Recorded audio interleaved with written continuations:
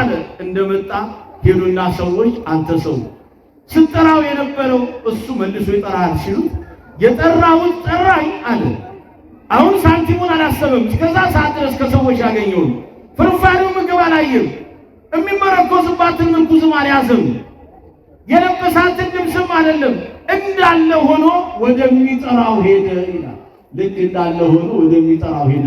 ሳንቲሙን በተነ፣ ምግቡን በተነ። ለምንድን ነው ነገሮች ሁሉ የከበዱን?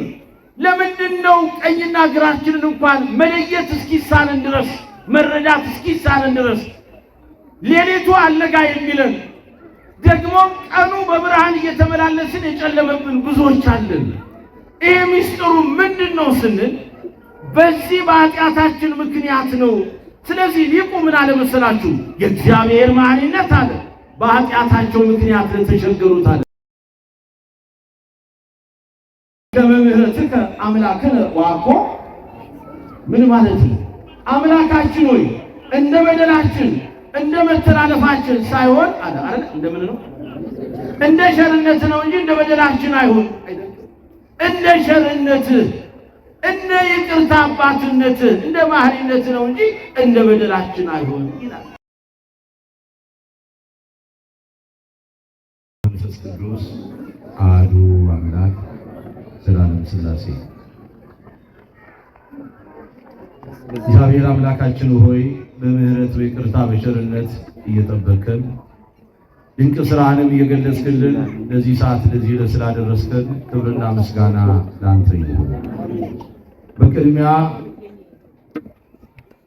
ብፁዕ አባታችን ብፁዕ አቡነ ቀውስጦስ በኢትዮጵያ ኦርቶዶክስ ተዋሕዶ ቤተክርስቲያን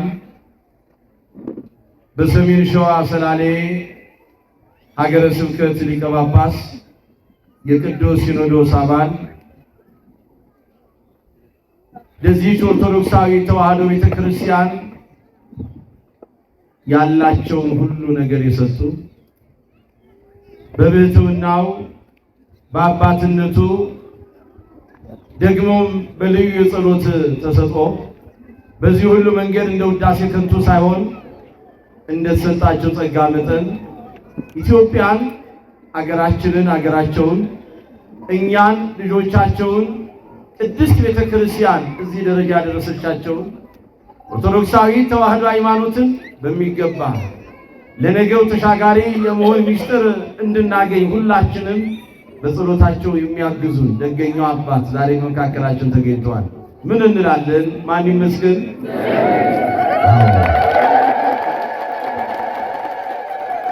ክቡር አባታችን መልአከ ምሕረት ቀሲስ አበበ የሺ ንጉሥ የዚህ ታላቁ ካቴድራል ዋና አስተዳዳሪ ደግሞ ፍቅራዊ ልማታዊ ወንጌላዊ አባታችን ክቡራን አይንተ እግዚአብሔር አባቶቼ ካህናት፣ ሊቃውንተ ቤተክርስቲያን፣ መምህራነ ወንጌል፣ አበው ዲያቆናት፣ የዝማሬው ጸጋ የሰጣችሁ ዘማሪያን ዛሬ እግዚአብሔር መንፈስ ቅዱስ ወዶና ፈቅዶ በምህረት አማላጅ በቅዱስ ኪዳነ ምህረት ወርሃዊ የመታሰቢያ በዓል በዚህ ቅዱስ ስፍራ ተገኝታችሁ ይህችን ሰንበተ ክርስቲያን ቅዱስ በበረከት እንድታሳልፉ እግዚአብሔር ይረዳችሁ፣ የረዳን ያገዛችሁ የሉል እግዚአብሔር ቤተሰቦች ክርስቲያኖች ሁላችሁም እንዴት አደራችሁ? እንዴት አደራችሁ? እንደምን ቆያችሁ? ለዚህ ሰዓት ለዚህ ዕለት ያደረሰን ምስጋና የባህሪ ገንዘቡ የሆነ ቅዱስ አምላካችን እግዚአብሔር ስሙ ይክበር ይመስገን። ንጽሕተ ንጹሐን ቅድስተ ቅዱሳን እናታችን ድንግል ማርያም በተሰጣቱ ጸጋ ምስጋና ይድረሳል። ቅዱሳኑ እንደየጸጋቸው መጠን ምስጋና ይድረሳል። እግዚአብሔር መንፈስ ቅዱስ ምስጢሩን ለሁላችን ይግለጽ። ዛሬ የእግዚአብሔርን ምሕረት፣ የእግዚአብሔርን ቸርነት፣ የእግዚአብሔርን ይቅር ባይነት በመላትና በስፋት ይቺ ሐዋርያዊቷ ኦርቶዶክሳዊ ተዋሕዶ ቤተክርስቲያን ለልጆቿ የምታስተምርበት ወቅት ነው። የእግዚአብሔርን ምሕረት ሳትናገር የቆየችበት ሰዓት አለ ማለት አይደለም። ነገር ግን በተለየ መልኩ ፈጣሪዋን አምላኳን እግዚአብሔርን እንዴት አድርጋ ማመስገን እንዳለባት እያንዳንዱ ሥርዓተ ቤተክርስቲያን በእውነት በዚህ መንገድ ተሰርቷል። የቤተክርስቲያናችን ታላቁ ሊቅ ቅዱስ ያሬድ በእውነት በተሰጠው ጸጋ ለዚህ ቅዱስ ቤተክርስቲያን እሱም ከመንፈስ ቅዱስ ባገኘው ሚስጥር ይሄንን ስርዓት ዘርግቶ ሊቃውንቱ ደግሞ ይሄን አመሻቸው ያቀርቡታል። ዛሬ የእግዚአብሔርን ምሕረት ለዓለም ሁሉ ቤተክርስቲያን የምትነግርበት ሰዓት ነው። ይህቺ ሰንበት በተለየ መልኩ የትምህርታችን ርዕስ የሚሆነው መሐሪ ወመስተሳይ እግዚአብሔር። እግዚአብሔር መሐሪና ይቅር ባይ ነው። የዳዊት መዝሙር 102 ቁጥር 8 ይህን ቃል አብረን እንላለን። እግዚአብሔር መሐሪና ይቅር ባይ። ማን ነው መሐሪ? ማን ነው ይቅር ባይ? ስሙ ይክበር ይመስገን። መሐሪ ወመስተሳይል እግዚአብሔር። እግዚአብሔር መሐሪና ይቅር ባይ ነው ይለናል። የእግዚአብሔርን ምሕረት፣ የእግዚአብሔርን ቸርነት፣ የእግዚአብሔርን ይቅርታ በምላት በስፋት እግዚአብሔር መንፈስ ቅዱስ በገለጸለት ድንቅ ሚስጥር ይሄን እውነት የተናገረው መዝሙረኛው ልበ አምላክ ንጉሡ ቅዱስ ዳዊት ነው። ባለ ሰባት ጸጋው የእግዚአብሔርን ምሕረት፣ ቸርነት፣ ይቅርታ በምላት በስፋት ገልጾታል በዝማሬው። ለዚህም ነው ከዚያ ውስጥ አንዱ ኃይለ ቃል መሐሪ ወመስተሳይል እግዚአብሔር፣ እግዚአብሔር መሐሪና ይቅር ባይ ነው ይለናል። የትምህርቱ መሰረታዊ ዓላማ ክርስቲያኖች ወገኖቼ እግዚአብሔር መሐሪ፣ እግዚአብሔር ይቅር ባይ፣ እግዚአብሔር ቸር፣ እግዚአብሔር መልካምና በጎ አድራጊ እንደሆነ እኔና እናንተ አምነን በዚህ ድንቅ ስራው ታምነን እንድንኖር ነው። አያችሁ፣ መሐሪ ማን ነው? ይቅር ባይ ማን ነው? ቸር ማን ነው? መልካም አድራጊ ማን ነው? በጎ አድራጊ ማን ነው? ይህንን ማመን ከኛ ይጠበቃል። ማመን ብቻ አይደለም፣ በዚህ ያመንበትን ነገር ታምነንበት እንድንኖር። አምነናል አይደለም? ካመን በኋላ ታምነን ደግሞ መኖር አለብን ማለት ነው። ስለዚህ ይህንን ነው የምናየው። አሁን የእግዚአብሔር መሐሪነት ከምን አንጻር ነው የሚለውን ማየት ወገኖቼ። እግዚአብሔር መሐሪና ይቅር ባይ ነው ሲል መዝሙረኛው ምሕረት ለእግዚአብሔር የባህሪው ነው። ምሕረት ለእግዚአብሔር የምኑ ነው? የባህሪው ነው። አሁን እናታችን ደጃፍ ተሰብስበናል። እመ ምሕረት ደጃፍ መተናል። ኪዳነ ምሕረት ደጃፍ መተናል። ስሟ ራሱ የሚያስተምረን አንድ ነገር አለ። ነገር ግን አሁን ወላዲተ አምላክ ጨነቀኝ፣ አዘንኩ፣ ግራ ገባኝ፣ ተስፋ ቆርጬ ነበር። ለእመቤቴ ለቅዱስ ኪዳነ ምሕረት መጥቼ ነገርኳት የልቦናዬን መሻት እንድትፈጽምልኝ ከኃጢአት በስተቀር ያዘንኩበትን፣ ግራ የተጋባሁበትን፣ የተጨነቅኩበትን እረፍት የነሳኝን ጉዳይ ያሉ ምስክርነት ሲሰጡ ሰምተናቸዋል። እመብርሃን ማረችን አሉ። የእመቤታችን የመማር ወይም ደግሞ የይቅርታ አድራጊነት እርሷ ከራሷ የባህሪዋ ሳይሆን ከተሰጣት ከልጇ ጸጋ ነው። የእግዚአብሔር መሐሪነት ግን የምኑ ነው? ከማንም የሚያገኘው አይደለም። ማንም የሚሰጠው አይደለም። የእርሱን መሐሪነት ከራሱ በራሱ ለራሱ ነው። ስለዚህ እግዚአብሔር መሐሪ ነው ስንል አንዱ መገለጫው ምሕረት ለእግዚአብሔር የባህሪው መገለጫ ነው። የምኑ መገለጫ ነው? ይህንን ነው ጥርት አድርጎ ማወቅ። የእግዚአብሔር መሐሪነት አንዱ በምን ይገለጣል ስንል በባህሪው። በቃ እግዚአብሔር መሐሪ ነው። በባህሪው እግዚአብሔር ይቅር ባይ ነው። በባህሪው እግዚአብሔር ቸር ነው። በባህሪው እግዚአብሔር በጎ አድራጊ ነው፣ መልካም አድራጊ ነው ክርስቲያኖች። ስለዚህ እግዚአብሔር ይምረናል፣ እናምናለን። ምሕረት ለማግኘት ይቅርታው እንዲደረግልን፣ በቸርነቱ እንዲጎበኘን፣ በጎውን ነገር እንዲያደርግልን። ዛሬ ሁላችንም በጎ ስራ ይዘን አይደለም፣ መልካም ነገር ኖሮብን አይደለም። መተላለፋችን፣ በደላችን፣ ኃጢአታችን ሁሉ ተለይቶ ወጥቶ በእግዚአብሔር ምሕረት ጥላ ስር ግን ሆነን እግዚአብሔር እዚህ አቁሞናል። ስሙ ይክበር ይመስገን። ሌላ አይደለም። ስለዚህ የእግዚአብሔር መሐሪነት የባህሪው ነው። ሌላው የእግዚአብሔር መሐሪነት በኃጢአታቸው ምክንያት በበደላቸው ምክንያት በመተላለፋቸው ምክንያት ለተቸገሩት የሚታይ የእግዚአብሔር ፍቅር ነው ይለናል። ይህንን ታላቁ ሊቅ ቅዱስ ዮሐንስ አፈወርቅ ነው በዚህ ምስጢር ያመጣው። የእግዚአብሔር መሐሪነት አለ ሲገለጥ ይላል ይሄ ታላቁ ሊቅ በኃጢአታቸው ምክንያት አለ። በምናቸው ምክንያት? ምናልባት ዛሬ እኛ ችግራችን ከምን አንጻር ነው? ግራ እየተጋባን ያለንበት ጉዳይ ከምን አንጻር ነው? ለምንድነው እንዲህ ረፍት ያጣ ነው?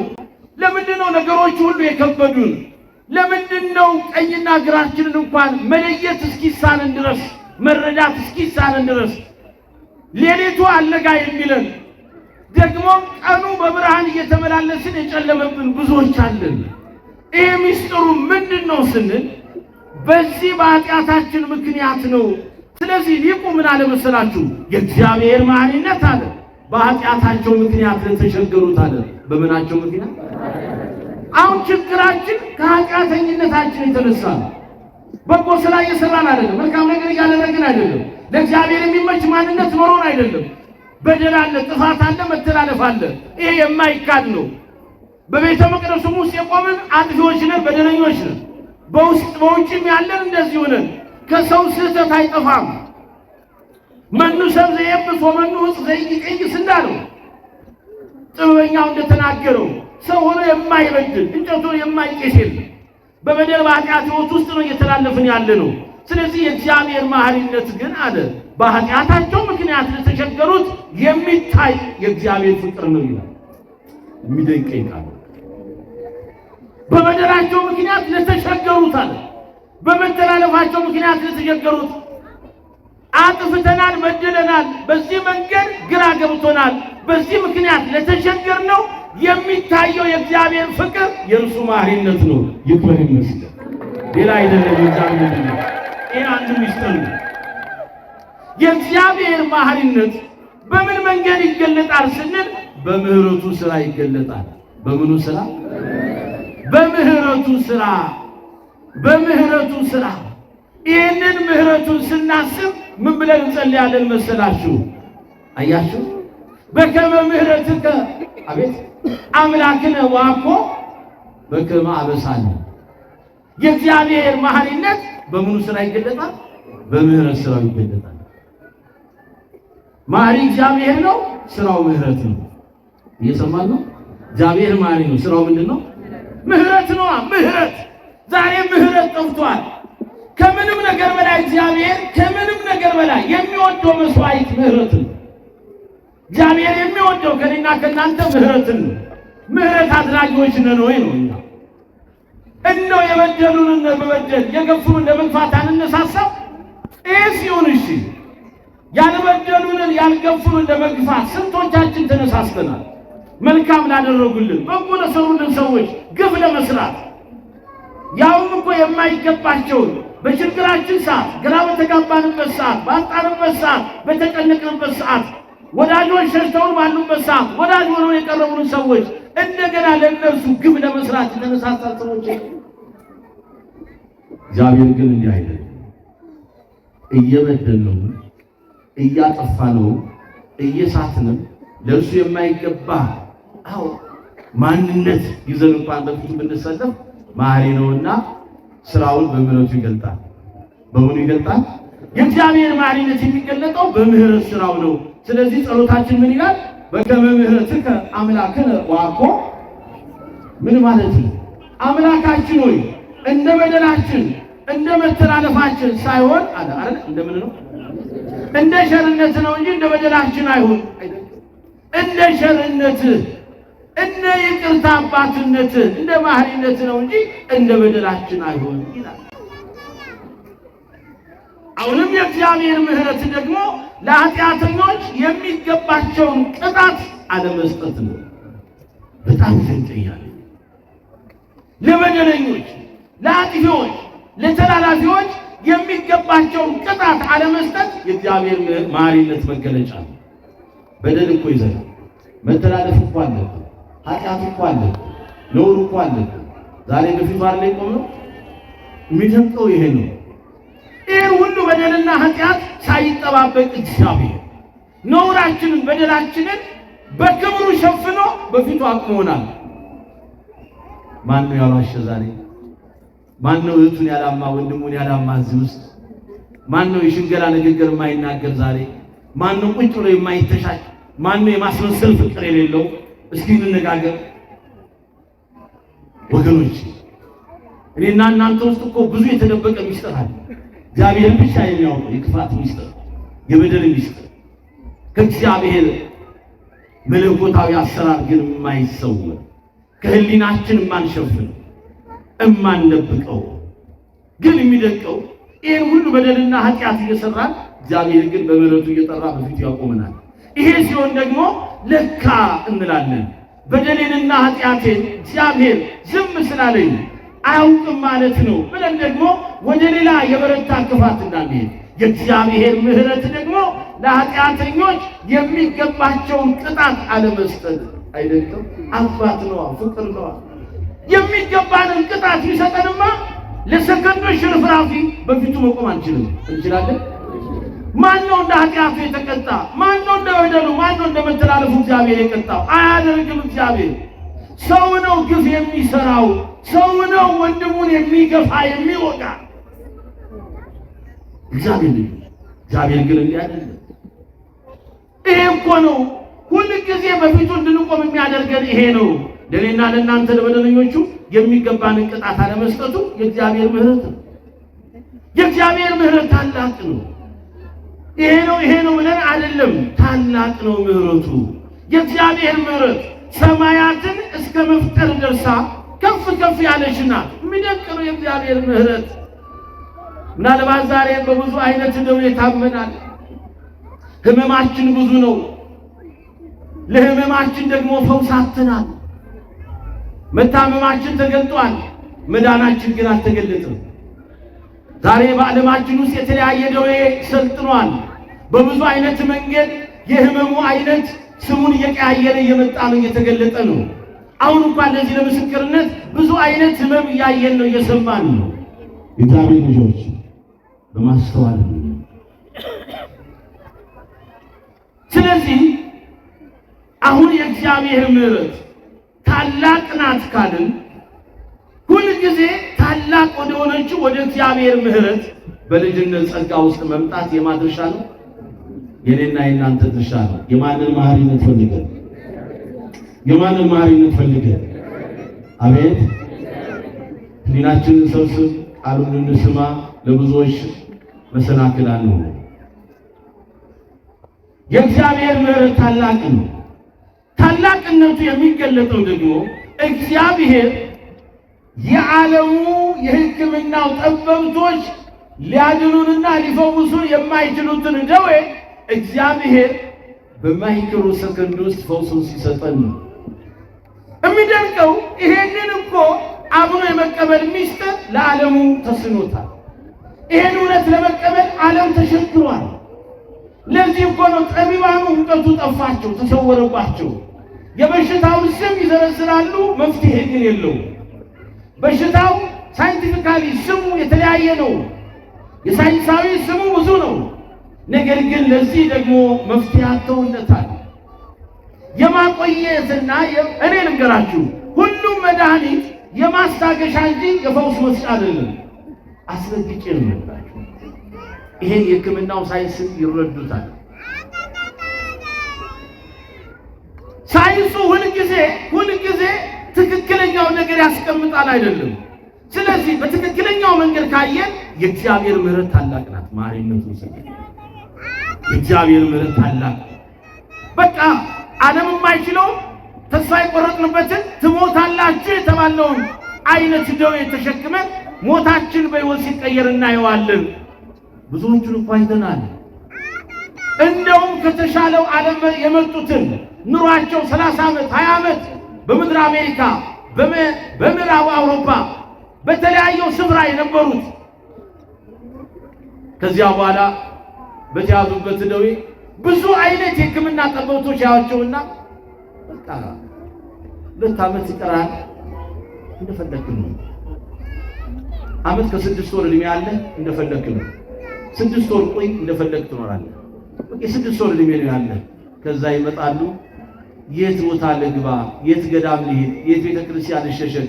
ንስሐ ልግባ? በጸበሉ ስፍራ የሚደርቀው ያ ሁሉ በሚሊዮን የሚቆጠረው ዶላር ፈሶ እዚህ ግን ሲመጣ በመጸበል እምነቱን በመተባበስ በንስሐ ሕይወት በመመለስ ቅዱስ ሥጋውን በልቶ ክቡር ደሙን ጠጥቶ ተቆርጦልናል የ6 ወር የተባለው ዛሬ 25 ዓመት ተቀምጦ ያየነው ስንት ወንድም አለ። እኔም አውቀው እንኳን እግዚአብሔር ክብር ይመስገን ይደርቃል።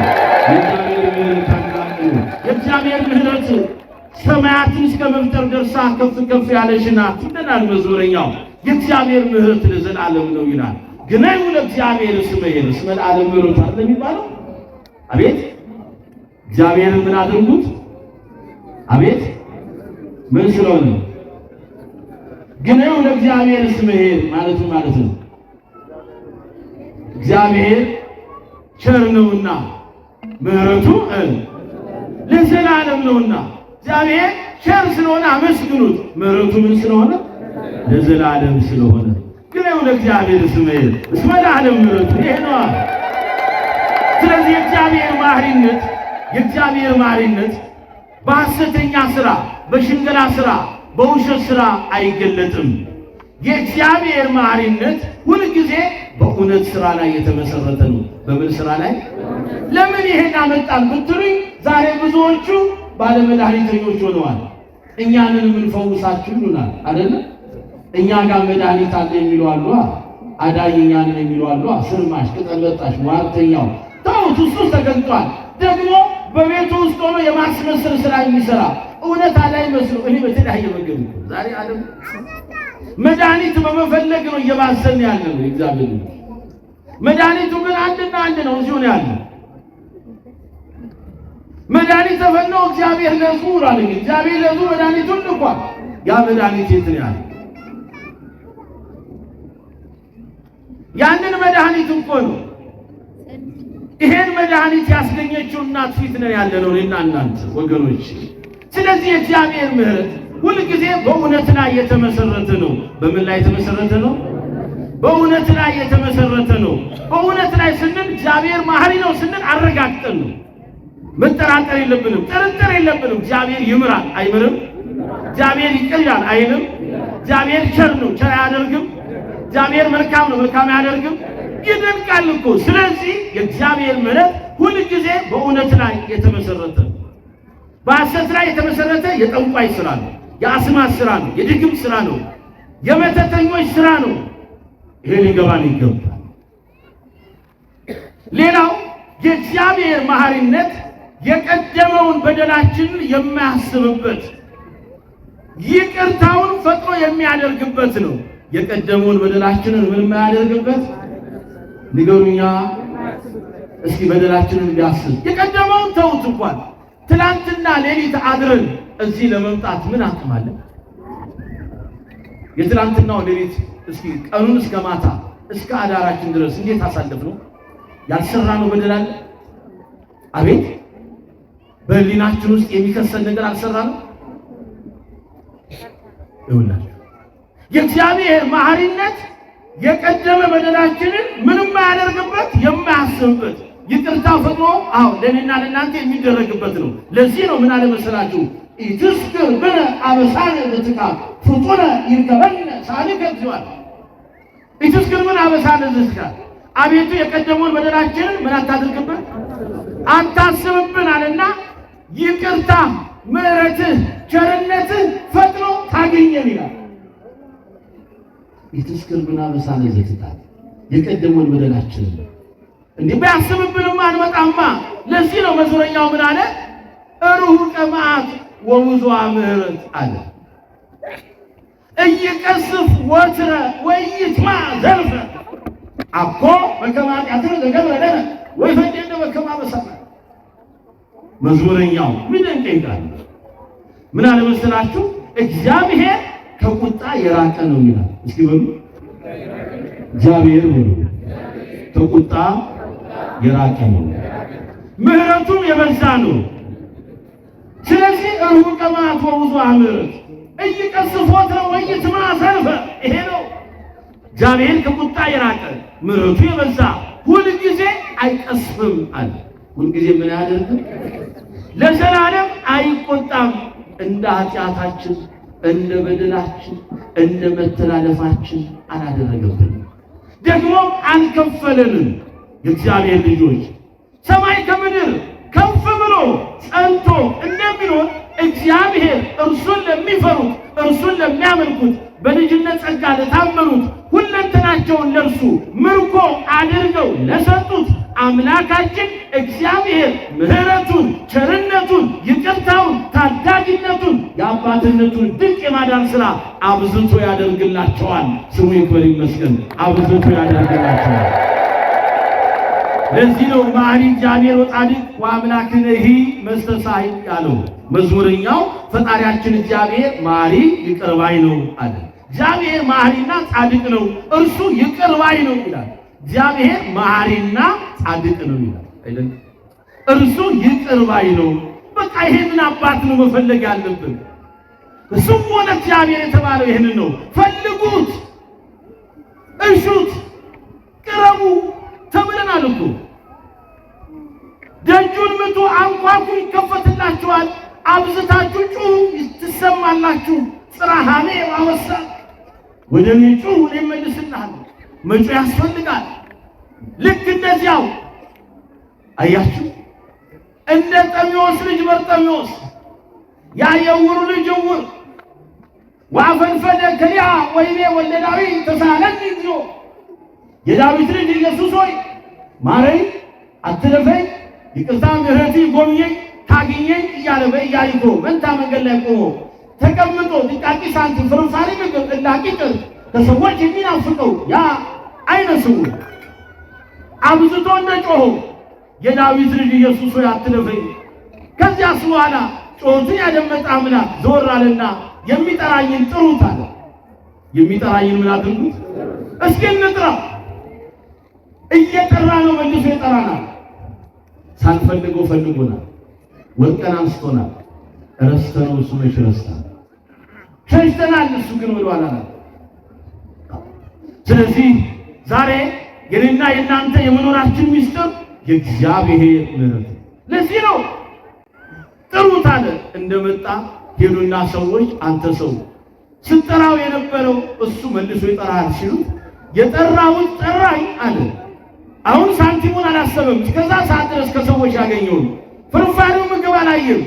የሚመረኮዝባትን ምርኩዝም አልያዘም። የለበሳትን ልብስም አይደለም። እንዳለ ሆኖ ወደሚጠራው ሄደ ይላል። ልክ እንዳለ ሆኖ ወደሚጠራው ሄደ። ሳንቲሙን በተነ፣ ምግቡን በተነ። ያ እላቂ ጨርቅ ነዋ። አሁን እውነተኛው ልብስ ሊሰጠው ነው። አሁን እውነተኛው ምርኩዝ ሊያገኝ ነው። እመኒ ሆንኩ ማእከለ ጽላልተ ሞት ይፈሮ ለኩ ይስማዕንተ ምስሌ በትርከ ወቀስታ በከማንቱ ገሥጻኒ ይላል። በሞት ራስ እንኳን መካከል ብሄድ አንተ ከኔ ጋር ነህ፣ ክፉን አልፈራም። በትርህ ምርኩዝህ እነርሱ እኔን ያጽናኑኛል አለ። ስለዚህ ምርኩዙ ተዋ በርጤሜዎስ። ምክንያቱም ያ የተሰበረ ምርኩዝ ነው፣ ያ የሚሰበር ነው። ይሄ ምርኩዝ አልፈለገም። የሚበላው ፍርፋሪ ምግብ የሚያልቅ ነው፣ በአንድ በደቂቃ በሰዓት የሚለይ ነው። አሁን ግን እውነተኛውን የሕይወት ምግብ አግኝቷል። አሁን ልብስ አልፈለገም፣ ልብሱን ጥሏል። ራሱ ሆኖ ነው የቀረበው። ራሳችንን ሆነን መቅረብ አቅቶን እኮ ነው። በሌለን የጽድቅ ሥራ ጻድቅ አድርገን ራሳችንን፣ በሌለን የቅድስና ሕይወት ራሳችንን ቅዱስ አድርገን እንዴት መክበር እንችላለን? የኛ የመኖራችን ሚስጥር እስኪ በሉ ጭንቃል በሉ። የኛ በርጤሜዎስ ዳና እንዳለ ልክ እንዳለ ሆኖ ቀረበ። ከዚያ በኋላ አይኑን አበራለት። ባጭሩ ይሄ ነው በቃ። አይኔ ይብራ ነው። አይኑ በራ፣ አይኑ በራ። ክብር ምስጋና ለአምላካችን መድኃኒዓለም ኢየሱስ ክርስቶስ አይነ ህሊናችንን ያብራልን። የኛ የመኖራችን ሚስጥር በሉ አይሰማም። የኛ የመኖራችን ሚስጥር የእግዚአብሔር ምሕረት፣ ርኅራኄና ጥልቅ ትዕግስት ነው። የምናችን ሚስጥር የማን? የመጨረሻውን ሐሳብ ሊጠቅልልና ሊጨርስ የእግዚአብሔር መሐሪነት ሁሉ ቃል ኪዳን በገባላቸው በቅዱሳኑ የሚገለጥ ነው። የማን መሐሪነት አይደንቅም? እንደው እሱን እኛን የሚያድንበት መንገድ እኮ ብዙ። የእግዚአብሔር መሐሪነት ቃል ኪዳን በገባላቸው በቅዱሳኑ የሚገለጥ ነው። መዝሙረኛው መንክር እግዚአብሔር በላይ ለቅዱሳኑ እግዚአብሔር በቅዱሳኑ ላይ ድንቅ ነው እንዳለ። ስለዚህ ዛሬ ደግሞ እኔና እናንተ ወርሃዊ የመታሰቢያ በዓሏን አስበን የመጣንላት እናት አለችን። ማናት እሷ? አይሰማም?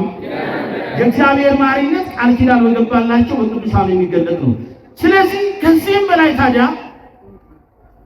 በእናቱ በቅድስት ኪዳነ ምሕረት ላይ እርሱ የገለጠው የምህረት ኪዳን እጅግ የተለየ እሳይ የእግዚአብሔር ምህረት አያችሁ ማሪነቱ ቃል ኪዳን በገባላቸው በቅዱሳን ላይ ይገለጣል ስንል ከነዚህ አንዱ የዚህ ኪዳን ተሳታፊ የሆነችው ማናት እርሷ? አይሰማም? በብሉይ ኪዳን እግዚአብሔር በምህረት ከብዙ ወዳጆቹና አገልጋዮቹ ጋር ቃል ኪዳን አድርጓል። ከነኖ ከነ አብርሃም ከነ ይስሐቅ ከነ ያዕቆብ ጋር ሌሊቱን በዝማሬ ሊቃውንቱ አድረውበታል። ወደዛ አንገባም። ከእመቤታችን ከቅድስት ኪዳነ ምሕረት ጋር ግን የተግባባው ቃል ኪዳን ከስሟ ይጀምራል። ማን ብሎ ሰየማት? የካቲት 16 ቀን የተሰጣት ስም ነው። ማን አላት? ምን ማለት ነው? ኪዳነ ምሕረት ማለት የምህረት አማላጅ የምህረት ለማኝ ማለት ነው። ሶበሰ ኪዳኒኪ ምክንያት ዲን ያለው ፈለገ እሳት ወማይ ማስተመው ሁሉ እንዳለው ሊቁ ድንግል ሆይ አለ ቃል ኪዳንሽ ባይኖር ኖሮ ይሄ ቃል ኪዳንሽ ባይገለጥ ኖሮ ላንቺ የሰጠው ቃል ኪዳን በእኛ ላይ ባይኖር ኖሮ የሲኦል እሳት ነፍሳቱ ሁሉ ባቃጠለው ነበር። በቃ እዚሁ ዘይነው ወእሳቱ ዘይጠፍ ትሎ የማንቀላፋው እሳቱ የማይጠፋው በደረኞች የሚሰለፉበት። ስለዚህ አዘክሪ ድንግል ምህረተ ዋኮ መዓት መዓትን ያይደለ ምህረትን አሳስቢ ድንግል ሆይ። ስለዚህ እግዚአብሔር መሐሪነት ቃል ኪዳን በገባላቸው በቅዱሳን የሚገለጥ ነው። ዛሬ እግዚአብሔር መሐሪነትን ከምናይባት አንዷ ከተመረጡ የተመረጠች ከከበሩ የከበረች ከተለዩ የተለየች ንጽሕተ ንጹሐን ቅድስተ ቅዱሳን እናት ዓለም ቅድስት ኪዳነ ምሕረት ናት። ስሟ ይክበር ይመስገን። እግዚአብሔር አምላካችን በእናታችን በቅድስት ኪዳነ ምሕረት በገባላት ቃል ኪዳን መሰረት መድኃኔዓለም ኢየሱስ ክርስቶስ የምህረት የቸርነት የይቅርታው ሰላም በሥራ ፈቃዱ ይሆንልን። የኔም የእናንተም የሐዘናችን እንባ አባሽ እውነተኛዋ የደስታ መፍሰሻ አወያችሁ እውነተኛዋ የደስታ መፍሰሻ የሚስጥር ሙዳይ የቤት መቅጃ እመምሕረት ኪዳነ ምሕረት በአማላጅነቷ አትለይ። ብዙ ማለት አልፈልግም። እምንሳሳላችሁ እምናፍቃችሁ ጸሎታችሁ ቃለ ምዕዳናችሁ ብሯኪያችሁ አስተምሮታችሁ አንድ ቃል ብቻ ቢናገሩ በሺዎች አብዝተን ማንጨርሰው ሚስጥር ያላቸው ታላቅ ሊቅነትን ጭምር የአባትነቱ ብቻ አይደለም ሊቅነትን ጭምር የተላበሱ አባታችን በእውነተኛ እድለኞች ነው። ክቡር መልአከ ምሕረት ቀሲስ አበበ ንጉሥ የዚህ ታላቁ ካቴድራል አስተዳዳሪ ብፁዕነታቸውን በእውነት መጥተው ልጆቼን ባርኩልኝ ብፁዕ አባቴ እኔ ልጆ በታናሽነት በፊቱ መጥቻለሁ ብለው ሲጠይቋቸው ደስ ብሏቸው ሰበካ ጉባኤውን ደግሞ በጎ ፈቃዱን ገልጾ ብፁዕ አባታችን መጥተው ቦታውን ይርገጡልን፣ ሰላሙ አሁን እንዲህ እየሰፈነ ያለውን ሰላም አጽንተው እንደገና እንዲጠብቁ በጸሎታቸው የእነዚህ አባቶች ጸሎት ያስፈልገናልና ይምጡልን ብሎ የካቴድራሉ ሰበካ ጉባኤ ፈቅዶ ወዶ ደስ ብሎት ታላቁ አባታችን መልአከ ምሕረት ቀሲስ አበበ ንጉሥ በታናሽነት እኔም አብረን ገብተን ይሁን ብለው ውድቅ ብለው በደስታ የተቀበሉትና ዛሬ እዚህ የተገኙት ሌሊት ከ10 ሰዓት ጀምሮ እዚሁ ነበሩ። አባታችን ደስ አላችሁ? እግዚአብሔር ማሪ ወመስተሳይል እግዚአብሔር ማሪና ይቅር ባይ። ስለዚህ ዛሬ እንደምናውቀው ወመኑ ማሪ ዘከማከ ወኩሉ ይሴት ያለ ብለው ሊቃውንቱ በዝማሬው ሲያመሰግኑ አድረዋል። እንዳንተ ያለ ማሪ እንዳንተ ያለ አስተማሪ እንዳንተ ያለ ይቅር ባይ ማን ብለዋል። ስለዚህ እግዚአብሔር በምሕረት በቸርነቱ በይቅርታው ኢትዮጵያን ይጠብቅልን፣ ያንም ሰላም ይስጠን፣ የተጀመረው የካቴድራሉን ልማት ከፍ ያድርግልን። አመስግኑ እግዚአብሔር አመስግኑ። በካቴድራል ውስጥ ብዙ የልማት ስራ እየተሰራ ነው ያለው። አንዱ ጂ+3 ሁለገብ ህንፃ እየተሰራ ነው። ለብዙ አገልግሎት የሚውል ነው። ምናልባት የመረዳት የግንዛቤ እጥረት ካለን በደንብ ልናስተውል ይገባል። ህንፃ ለመስራት ደግሞ ጧትና ማታ እኛን ብቻ አትጎትጉቱ የሚል ነገር እዚህ ቦታ ላይ ነው። እኔም አባታችን ከመጣንበት ሰዓት ጀምሮ የ90 ቀናት ጊዜ አስቆጥረናል። 3 ወር ብዙ የልመና ስራ ሰርተን አናውቅም፣ አድርገንም አናውቅም። ግን አሁን አገልግሎቱ ይስፋ። ደስ አይላችሁም? የካቴድራሉን ጥበቃ ስትመለከቷቸው አሁን ወደዚያ እንዴት አድርገው ራሳቸውን ለይተው እውነቴ የካቴድራሉ ነው ያሰኙ መለያ። ከዚያም እንደገና የሚሰሩ ብዙ ስራዎች አሉ። ስብከተ ወንጌሉ ላይ ጥረት ያለ ስራ ይሰራል። አገልግሎቱ የተሳለጠ ነው።